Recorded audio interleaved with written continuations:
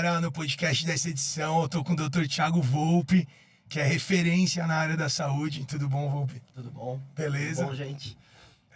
Ó, só pra começar, explica um pouquinho da sua carreira, quem é você, que exatamente você cuida dentro da medicina, pro pessoal saber. Então, cara, eu procurei a medicina porque eu era um adolescente obeso. Meu pai fez cirurgia bariátrica e eu queria emagrecer. E eu gostava muito de estudar também a questão de longevidade. Eu cheguei a prometer para uma avó minha que eu não iria deixá-la morrer. Aí foi por isso que eu escolhi a medicina, fiz medicina na USP. Depois eu fui para a área da nutrologia, me especializei em nutrologia, me tornei nutrólogo. E hoje eu trabalho principalmente com emagrecimento, performance física, performance mental e longevidade. Não, muito legal, você é referência na área. Não à toa, vocês sabem, a gente sempre tenta aqui no podcast trazer pessoas que são referências em suas áreas para elas contarem um pouco da experiência delas, como elas chegaram ao sucesso, como está hoje e projetos futuros. Então vamos começar com obesidade. Você falou obesidade, Obesidade, performance física, performance mental e longevidade. Vamos começar com obesidade, então. Volpe, como e se está diretamente atrelado a pessoa engordar, ficar gorda ou obesa, o sono, o estresse, a saúde mental, como que isso trabalha em cima desse problema que a pessoa pode ter? Cara, a obesidade está muito relacionada com esses três fatores, tá? Para te dar um exemplo, toda vez que você dorme pouco, aumenta um hormônio chamado grelina, que é um hormônio que aumenta seu apetite. E diminui um hormônio chamado leptina, que é um hormônio que queima gordura. Então, dormiu pouco, você vai estar com mais apetite e você vai queimar menos gordura.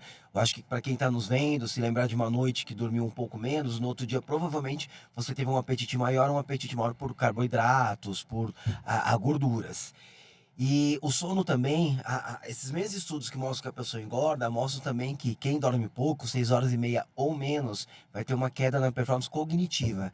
Então, se você dormiu ontem 6 horas e meia, é muito provável que hoje, o seu dia, você produza menos do que nas noites que você dorme de 7 a 9 horas. Então, o sono está ligado não só a essa questão da performance mental, da obesidade. E até trazendo para uma outra área que eu trabalho, a performance física. Você vê atletas olímpicos, em média, quem dorme mais está melhor ranqueado no ranking. Então, o cara que dormiu bem ali naqueles dias pré-competição ou que treina bem, ele está melhor ranqueado. Outra coisa que é muito importante você saber, que é importante nós sabermos, é que pessoas que fazem exercícios vigorosos, eles normalmente dormem melhor. Então você tem um estudo que mostra que quem faz exercício vigoroso, 88% dorme bem. Quem faz exercício moderado, 77%. Quem faz exercício leve, 76%. Aí não tem uma grande diferença. E quem não faz exercício é 50 e pouco. E é aquela questão, o que será que é? Será que quem dorme bem tem mais energia para fazer exercícios vigorosos? Ou será que é porque quem faz exercício vigoroso vai ter melhor qualidade de sono? Provavelmente uma relação que um ajuda o outro, né? Não, com certeza, eu imagino que sim. E a limpeza do sono é algo que se fala muito hoje em dia. Sim. E com razão, porque você acaba de explicar o quão é importante o sono. Então, não necessariamente um cara que vai dormir 1 hora da manhã porque teve algum compromisso que deixou até mais tarde, deveria acordar às 6. Ele deveria, então, acordar 8, 9, dependendo do dia, para conseguir ter um sono melhor. E essa limpeza do sono que se fala muito hoje, e que até pela era do smartphone, da tecnologia atual, é muito difícil para as pessoas. Falo por mim mesmo. Eu tenho uma dificuldade grande em conseguir me livrar do celular antes do momento que eu realmente vou deitar na cama, até por conta do meu trabalho e demanda do trabalho, mas não é desculpa, eu preciso dar um jeito de ajeitar isso. E eu também acordo e já olho o celular. Tô vendo um jogo até um pouco antes de eu dormir. Às vezes o jogo fica emocionante, isso mexe. E eu sinto que atrapalha o sono. Quais são suas dicas e recomendações para essa limpeza do sono? Vamos por um manual para a qualidade do sono. Você acorda e você se expõe à luz natural. Você faz exercícios vigorosos ao longo do seu dia, não muito perto do horário de deitar. À noite, 3 horas antes, você para de comer ou diminui pelo menos alimentos pesados. 2 horas antes, você limita a quantidade de líquido que você está bebendo. 1 hora antes, você para de se expor à luz de telas, seja de um celular, seja de uma TV. Ou, caso se exponha, você filtra a luz azul delas. No seu quarto, você tem ele completamente escuro. Se você tiver algum aparelho que tem um LED, você coloca uma fitinha em cima para cobrir.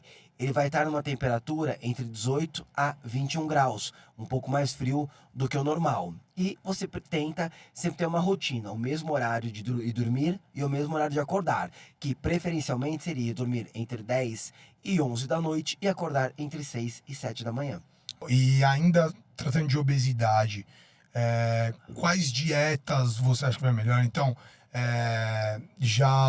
já diminuiu muito isso, mas teve um tempo, não, você precisa zerar o carbo, a pessoa zera sempre o carbo, e aí vários médicos especialistas como você falam, não, calma, não é isso que vai resolver. Ou a pessoa faz uma dieta por conta, só diminui muito o que ela come, faz uma refeição no dia, mas sem tratamento, sem um acompanhamento, e acaba tendo uma série de problemas e não acaba tendo os resultados que poderia ter. Quais seriam as principais dietas? O que você acha que tem que ter para a pessoa conseguir sair da obesidade, conseguir emagrecer? Sim. Eu vou primeiro dar uma resposta genérica que serve para todas as pessoas. E depois eu vou te falar como que hoje na medicina a gente consegue personalizar um pouco mais essa questão da dieta. Primeiro que existe muito mitos relacionados à dieta. Já houve aquela época que se você não comer de 3 em 3 horas, você não vai emagrecer. Hoje a gente fala de jejum intermitente. Então hoje, com a quantidade de dados que temos, a gente começa a saber um pouco mais.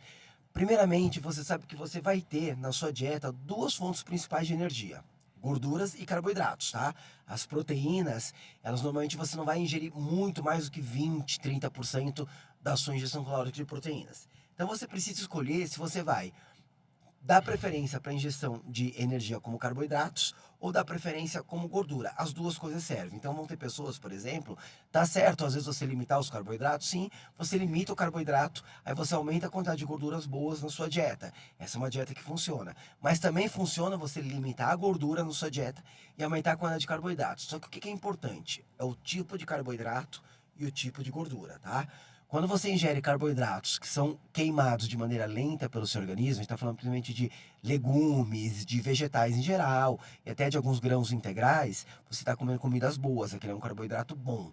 Se você vai ingerir gordura, você ingere gorduras monossaturadas, gorduras poliinsaturadas, a gente está falando desde azeite de oliva, amêndoas, castanhas, peixes como salmão e atum, aí você está comendo bem.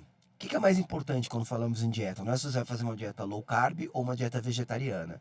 É você procurar comer alimentos que não sejam industrializados. Então a gente vai evitar ali... Sabe aquele alimento que você compra no mercado e que ele dura muito tempo? Normalmente aquele alimento tem muito conservante, tem muito aditivo, tem muito corante, emulsificante, tá? Você tem que pensar que você deve comer aquela comida que os seus avós reconheciam como sendo comida há 40, 50 anos atrás. Tudo que seu avô ia olhar e ia falar, cara, isso é comida, se ele tem essa dúvida, esse é um alimento industrializado, tá? Então é uma coisa boa para você pensar. Aí chegando, por que eu falei que depois eu te falaria como que a gente consegue talvez personalizar um pouco mais isso. Hoje, por exemplo, nós sabemos que existem genes que têm alguns alelos. Para explicar o que são genes. Genes é uma espécie de manual de instruções que nós temos dentro do nosso corpo.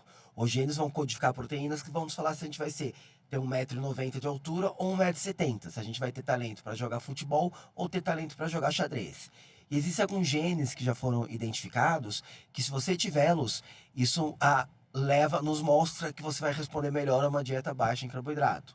Existem genes que, se você tiver, provavelmente você vai responder mais a uma dieta mais alta em carbos e baixa em gordura. Então dá pra gente especificar um pouco. Tá? Então as dietas, por exemplo, na sua clínica são montadas em cima de exame também. De exame também, e não só exame genético, até os exames tradicionais que nós temos. Por exemplo, se você for ver seus exames de sangue, tem um exame que é muito comum de ser feito, que é a glicemia e a insulina, tá? Essa glicemia e insulina, a relação entre os dois, existe um índice que chama-se ROMA-IR, que é uma medida da resistência à insulina.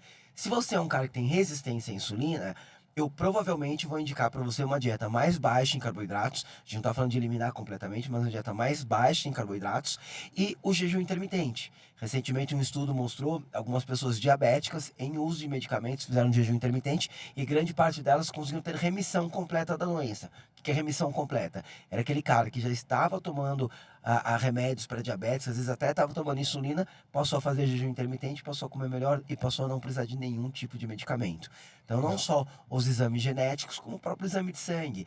Algumas pessoas, quando começam a fazer uma dieta, por exemplo, baixa em carboidratos, podem ter um aumento no colesterol. Então existem pessoas assim, a maior parte não, mas existem pessoas que ao aumentar a ingestão de gordura, você vê que o LDL dela começa a aumentar. Essa pessoa, nós vamos tomar cuidado para que vamos passar para uma dieta talvez que seja uma dieta com pouca a proteína de origem animal. Legal. Algumas regras Desculpa, simples desculpa. para desculpa, vamos pensar algumas regras simples para quem quer emagrecer, tá?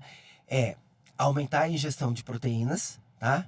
Evitar todo tipo de grão refinado, de carboidrato refinado. Então a gente pode pensar aqui de pão, arroz, batata e macarrão, se refinados, tá? Aumentar o máximo possível a ingestão de vegetais e de legumes, tá? Fazer exercícios, principalmente de força, para não perder massa muscular enquanto faz a dieta, tá?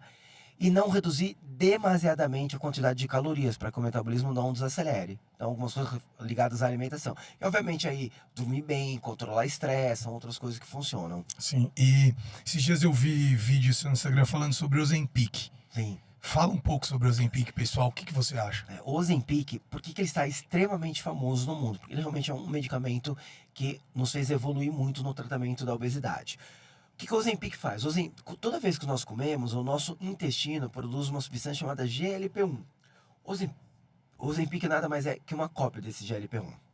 Então o Ozempic vai diminuir o seu apetite, vai aumentar a sua saciedade, e os efeitos colaterais possíveis são enjoo, tá? Constipação intestinal e também refluxo.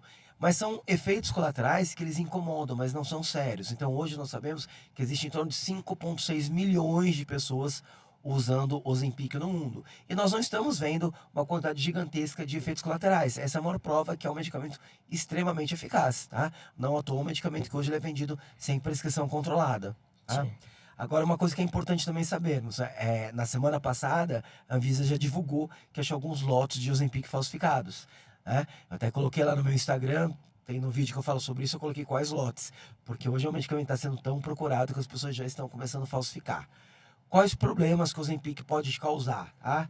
Talvez o principal deles, se você comer o Ozempic, se você tomar o Ozempic e você estiver comendo com baixa qualidade, duas coisas vão acontecer. Você não vai ter energia, então aquela pessoa começa a usar o Ozempic, como ela não está ingerindo nutrientes adequados, aquela pessoa que em vez de comer vegetais, em vez de comer proteínas boas, ela passa a comer 10 brigadeiros por dia, vai ter uma queda de energia muito grande. Então, muita gente começa a tomar o Ozempic, continua comendo mal, junk food, McDonald's, aí a pessoa começa a se arrastar no dia dela. E ela perde muita massa muscular. E ao perder massa muscular, o seu metabolismo desacelera. O que acontece? Você passa a queimar menos calorias. Então vai chegar uma hora que você vai estar comendo pouquinho, que o Ozempic vai estar te ajudando a comer pouquinho, e você volta a engordar. Só que aí você já perdeu seus músculos, você está ganhando gordura. Então essa é um cuidado que você tem que ter. Hoje a gente fala que tem a face e o Ozempic, que é aquela pessoa que, por não comer bem, não ingerir proteínas, começa a perder massa muscular no rosto, o rosto fica flácido. Também tem a bunda Ozempic, que é aquela pessoa, a mulher, por exemplo, começa a usar o Ozempic, não treina o glúteo, não faz treino de perna, não ingere proteína adequadamente, está ingerindo só carboidrato refinado, só que pouco ela emagrece, mas ela emagrece mais com uma flacidez muito grande. Entendi. Não, muito bom você tirar essas dúvidas sobre o Ozempic, porque de fato, até saiu matéria recente que se eles não começassem a aumentar o nível de produção, ia faltar o Ozempic no mundo, de tanto que estão consumindo. E agora, passando do emagrecimento e da obesidade para rendimento, performance. Quais são as diferenças, claro, essa alimentação saudável que você passou e essa rotina saudável desde o sono ao estresse é bom para qualquer tipo de dieta ou objetivo que o corpo tenha. Mas o que você acha que uma pessoa vai, por exemplo, um lutador, o que você acha que ele tem que fazer para ter mais força, para melhorar o treino dele? Então acho que existem várias coisas a serem feitas. Primeiro, se nós vamos falar na alimentação, a maior parte dos estudos que falam de performance, eles focam em uma ingestão alta de carboidratos, já que o lutador ele vai gastar muita energia para treinar. Então, ter uma ingestão alta em carboidratos é muito boa. Outra coisa importante também, ele precisa ingerir gorduras boas. Tem um estudo, por exemplo, que comparou jovens que estavam ingerindo 800 miligramas de colesterol por dia com jovens que estavam ingerindo 200 miligramas de colesterol.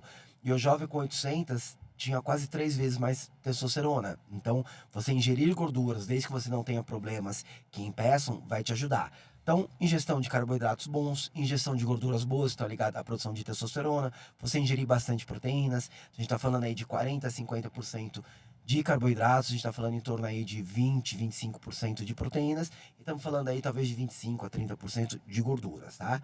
Aí, a atividade física é importante para quem quer performance, o treino dele deve ser o mais parecido possível com a competição dele. Então, um lutador, por exemplo, ele tem que estar treinando sempre lutando, fazendo rounds.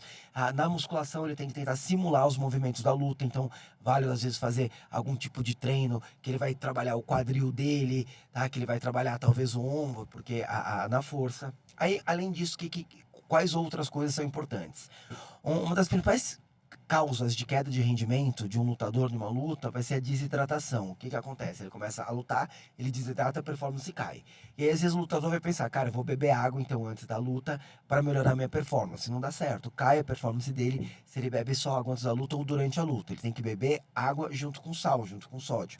Então, qual que é a melhor maneira de você chegar de ou um lutador, ou um jogador de futebol, chegar bem e não desidratar o que faria cair o rendimento dele? É ele usar soluções que contêm sódio e água pré-treino, pré-competição ou pré-treino também, e durante, se você vai treinar por mais de 60 minutos, por exemplo. Isso faz com que você fique hidratado. Uma outra coisa que acontece bastante, quando você começa a fazer atividade física, chega uma hora que o seu corpo passa a produzir muito hidrogênio, tá? E esse hidrogênio aumenta a acidez do seu corpo, a gente chama isso de acidose metabólica, e a sua performance também cai. Então, como evitar essa acidose metabólica?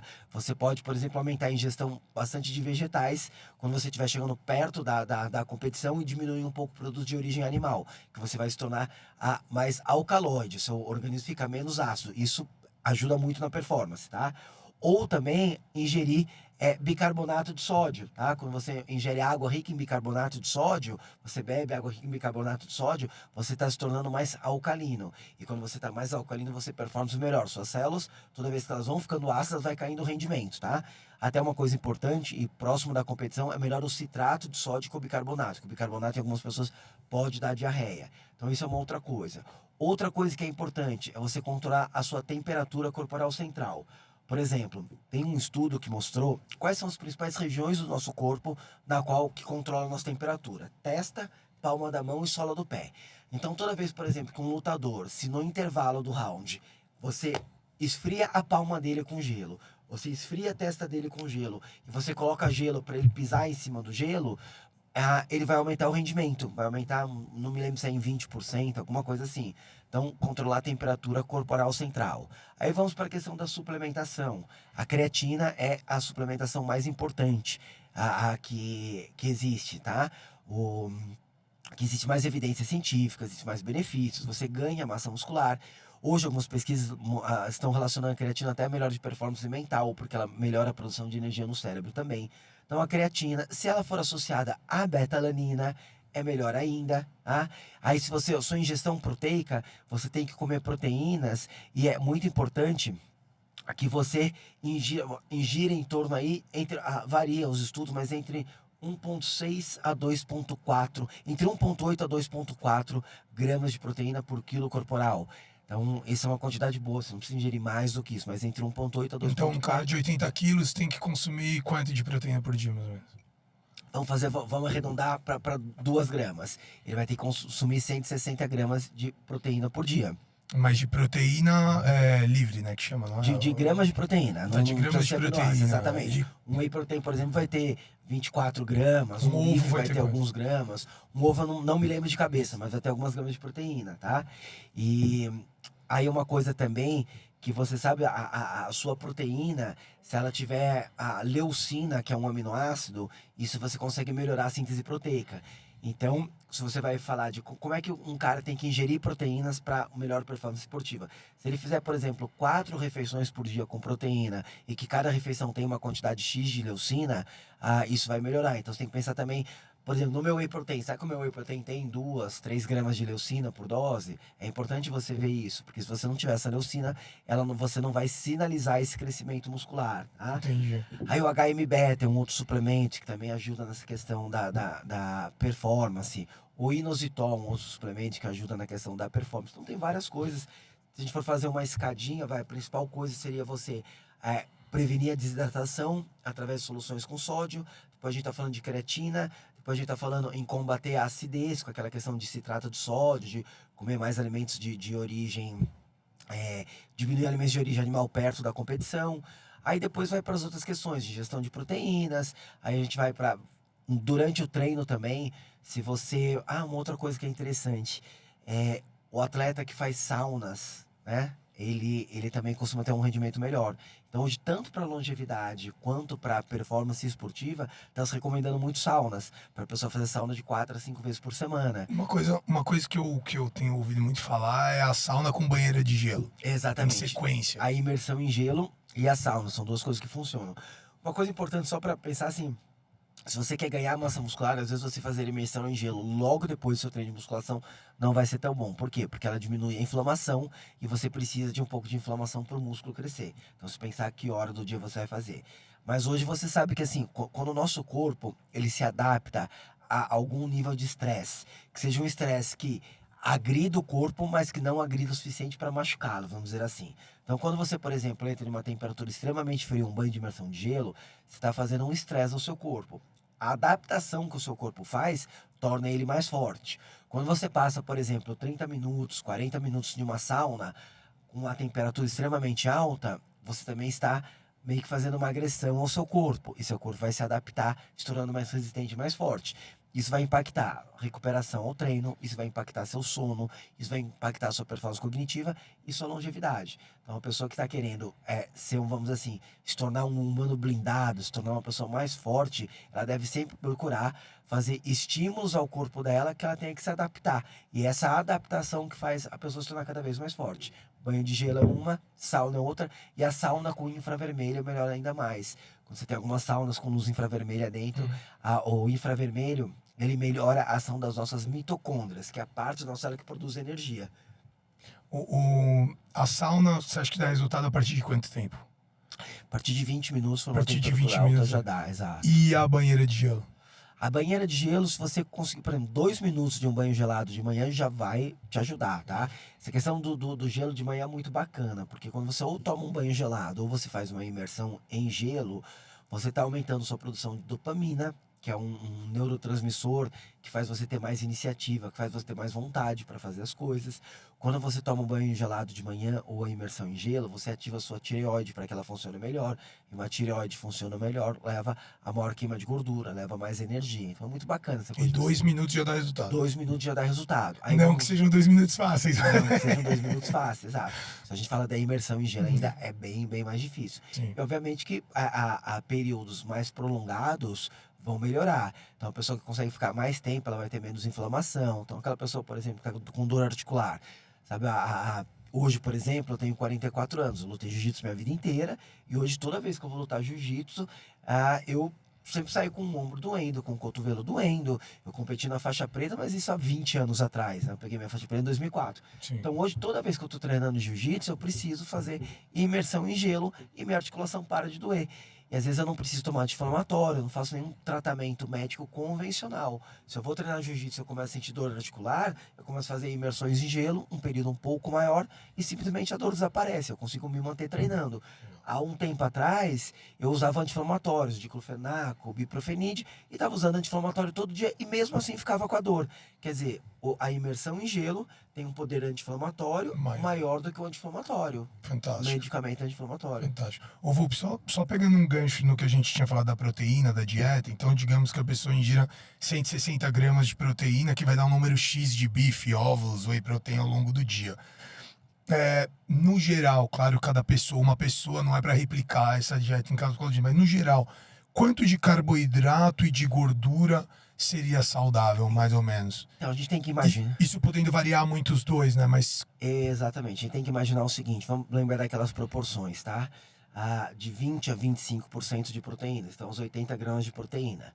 como cada grama de proteína tem 4 a 160 gramas de proteína, tem 4 calorias, você vai ver quantas calorias ali você teria 160 vezes 4.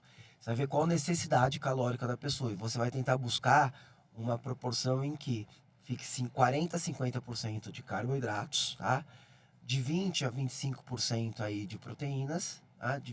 Algumas pessoas podem chegar até 30%, e de 20 a 30% de gordura. Você vai ter que fazer esse cálculo, que aí é uma regrinha de 3 simples para calcular. Sim, Tá? não. Isso para um atleta, tá? Isso a gente está pensando para maximizar performance. Sim. Para uma pessoa que quer emagrecer, por exemplo, você pode reduzir um pouco mais o carboidrato. Uma dieta baixa em carboidrato, você vai estar usando em torno de 30% das calorias vindas de carboidrato, 20% de carboidrato.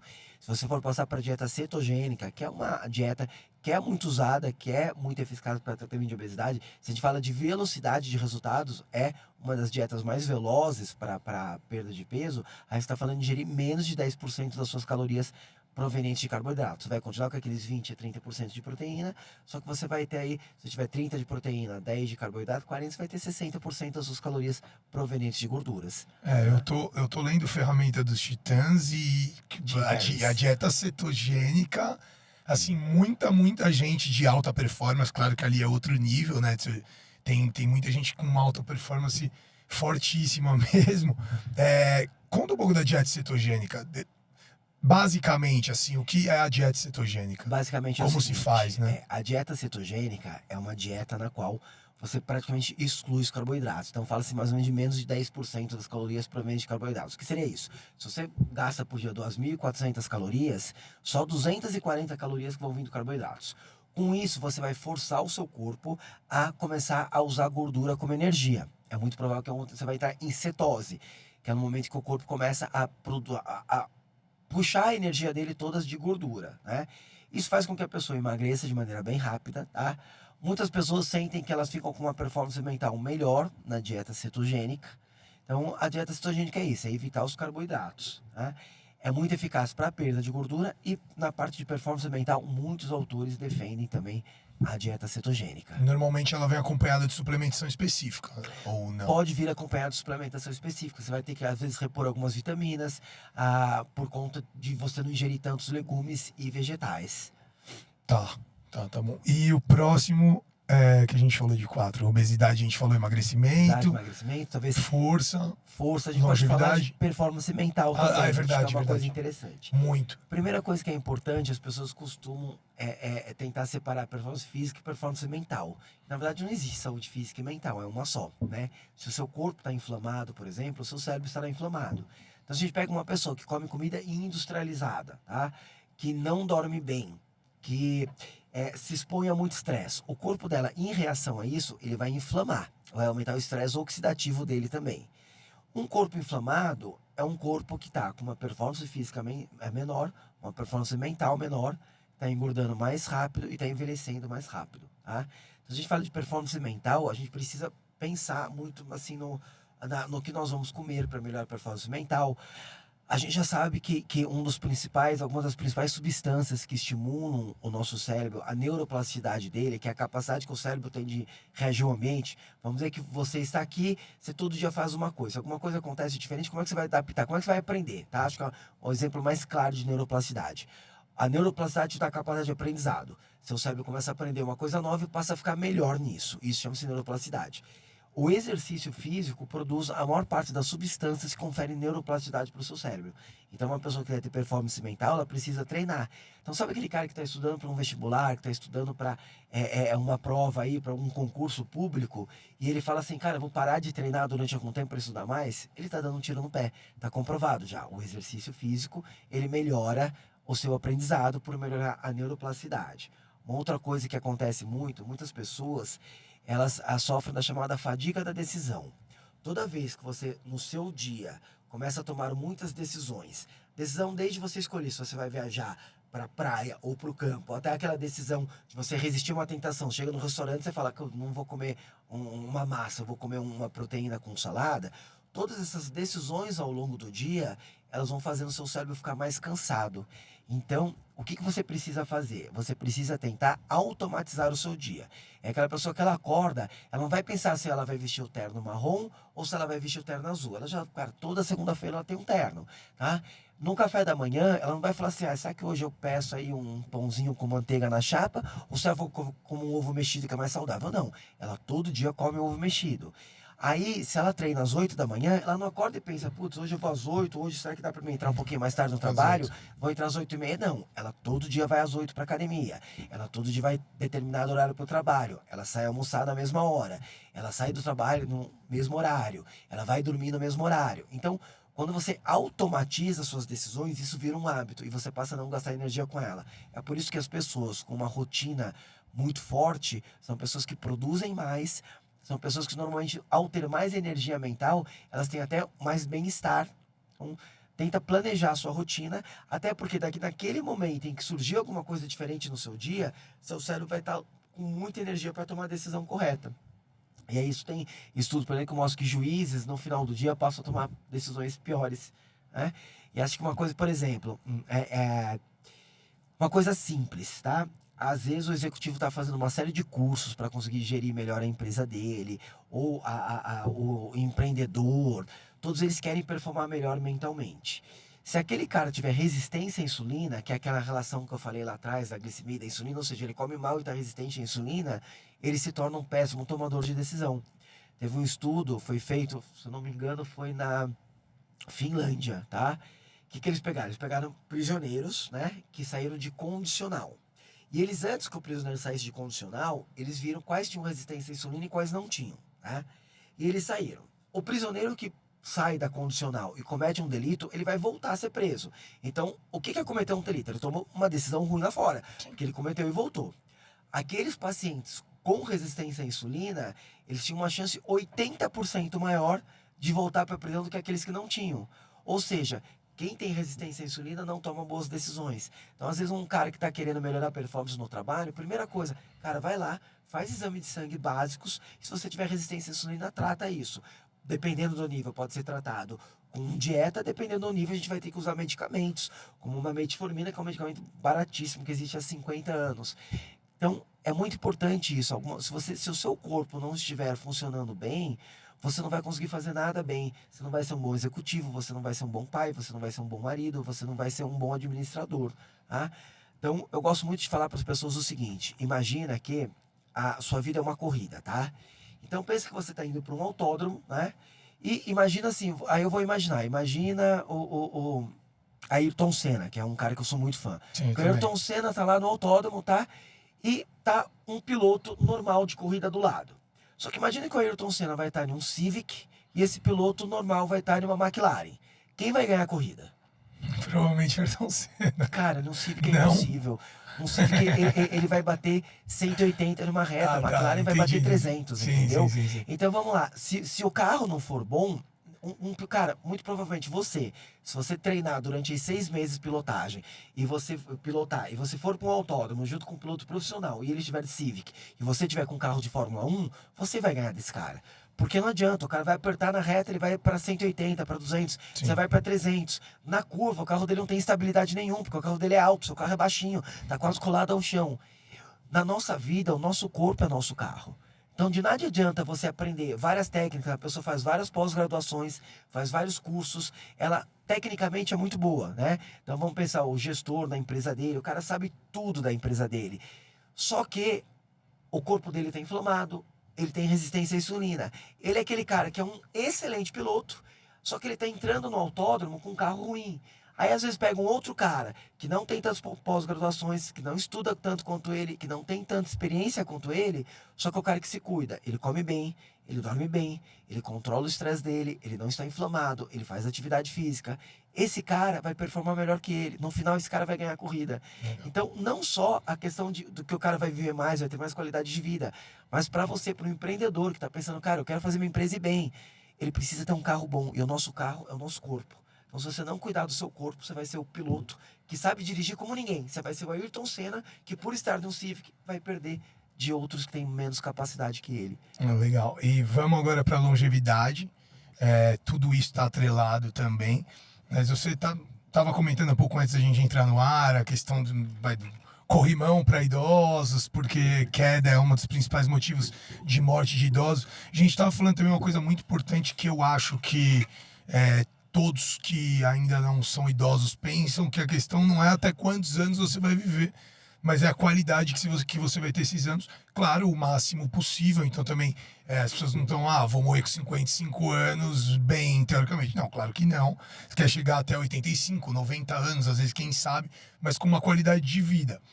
Você tem gente que chega a 80 e já não tem essa qualidade. O que você tem para falar também sobre isso? Quais os principais pontos? Acho que o mais importante de falar de longevidade é de falar de vitalidade. Por quanto tempo você terá vitalidade? Porque de nada adianta você chegar aos 100 anos, sendo que desde os 75 você está acamado, você não tem mais, não consegue reconhecer seus parentes, não consegue pensar bem. Então a gente está falando de vitalidade.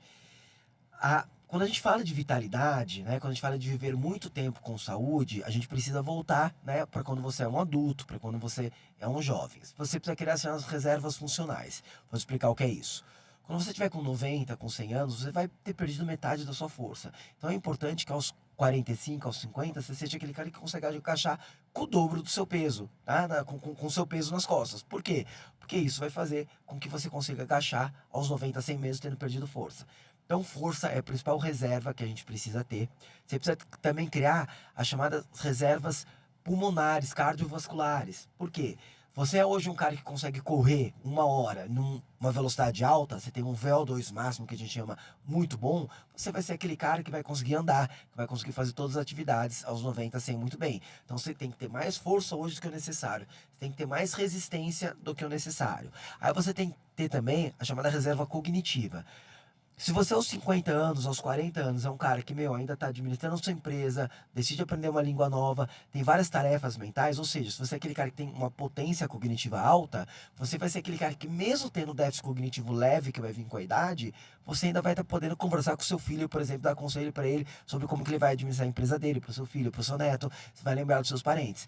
Então, da parte de reserva cognitiva, o que existe de mais estudos é que se chegou aos 50 anos, cara, aprende uma língua nova, aprende a tocar um instrumento novo, faça algo diferente do que você já faz, que vai melhorar a sua performance cognitiva. E por fim, que não tem a ver com a minha área, com a saúde, mas você precisa ter uma reserva financeira. Então, quando a gente fala em longevidade com vitalidade, a gente está falando em criar músculos, nós estamos falando em ter resistência aeróbica, nós estamos falando em melhorar capacidade cognitiva e criar economias, é isso que a gente está falando, né? Legal. Então são as reservas funcionais que você precisa. E até interessante, um dos autores mais importantes do mundo que fala sobre longevidade chama-se Peter Attia, né?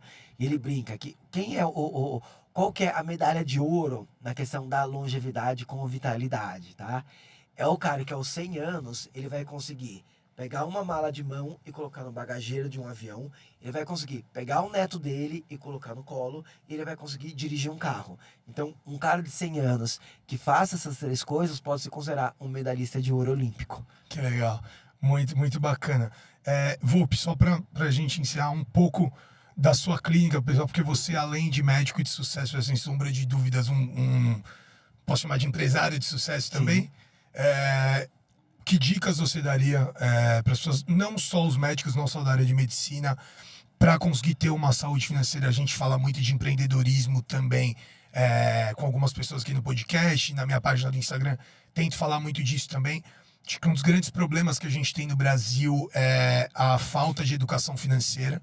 Acho que isso é fundamental, e você agora, só para coroar, falou o quanto que para ser longevo, para ter uma qualidade de vida na sua longevidade, um dos fatores também é a sua situação financeira, sem sombra de dúvidas, até porque saúde também tem um preço, né? Então, puder falar um pouco disso. Eu acho que, primeiro, uma coisa que as pessoas, às vezes, elas buscam muito, se tiver pessoas jovens nos vendo, vou ter uma vida equilibrada. Cara, sua vida não vai ser equilibrada sempre. Eu acho que, assim, existe para todo mundo, vai ter uma fase que vai ser uma fase de construção, na qual sim você vai trabalhar mais do que o normal, no qual o trabalho vai ser a sua principal, vamos dizer, seu principal foco, tá? Então acho que é normal para o jovem pensar, cara, trabalha duro, né? Trabalha sem parar, foca no que você quer. Então acho que as regras básicas, você tem que focar em algo. Não adianta você falar assim, cara, vou abrir uma clínica, um cinema e vender e trabalhar com venda de ações. Não, você tem que focar em algo, tá? você precisa focar em algo, você precisa trabalhar sem parar em direção àquilo. Você precisa ter técnicas para manejar o seu estresse, que são técnicas de manejo de estresse.